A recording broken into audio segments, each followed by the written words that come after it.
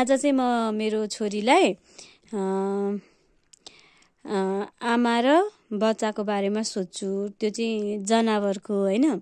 मैले चाहिँ स्पेलिङ सहित सोध्छु। कतिवटाको मिलाउँदी रहेछन्, हामी ट्राई गरौँ है त। ल छोरू, टाइगरको स्पेलिङ भन।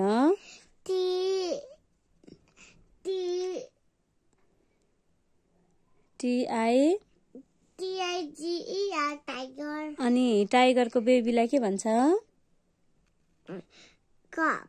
Spelling cup. अनि कुकुरलाई इंग्लिशमा के भन्छ? अब डगको बेबीलाई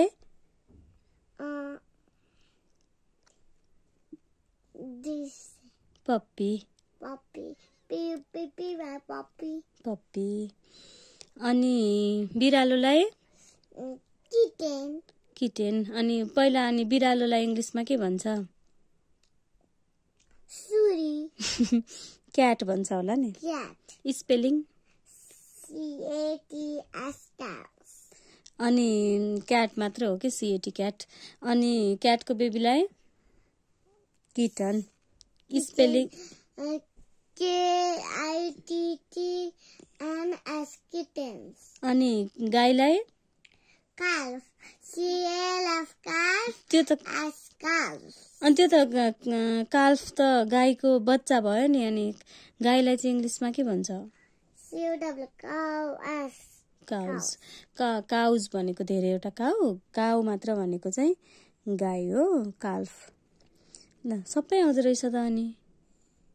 अनि हेल्दी फुड र अनहेल्दी फुडको बारेमा नि आउँछ। अनि जङ्क फुडको आउँछ। ल हेल्दी फुडहरू चाहिँ के रहेछ? DALRICE। पास्ताको स्पेलिङ के हो? PASTA pasta. पास्ता। यो चाहिँ हेल्दी फुड हो।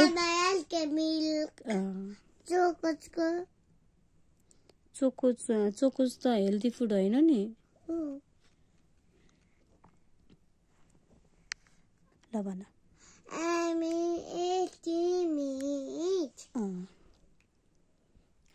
गुड।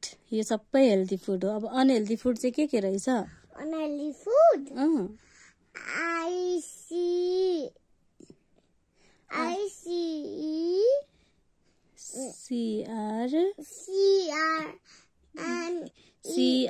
CREAM ice cream. अनि हामी होटलतिर JUICE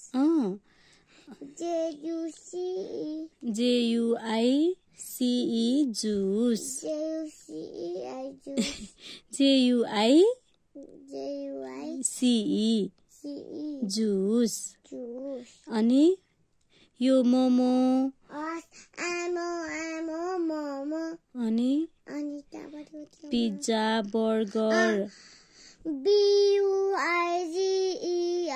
बर्गर।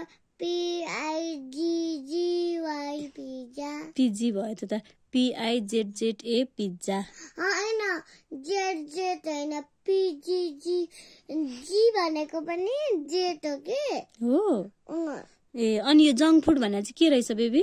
जङ्क फुड भनेको जङ्क फुडले हाम्रो हेल्थलाई राम्रो गर्छ त? गर्दैन। जङ्क फुड खायो भने जङ्क फुडको स्पेलिङ त थाहा छैन। JUNG होला नि त। जङ्क फुड भनेको चाहिँ बिस्कुट खायो भने के हुन्छ? पेट दुख्छ। अपरेसन गर्नुपर्छ। जङ्क फुड खायो भने यहाँ पेटमा स्टोमच पेनिङ हुन्छ, डाक्टरले सुई लाउनुहुन्छ है।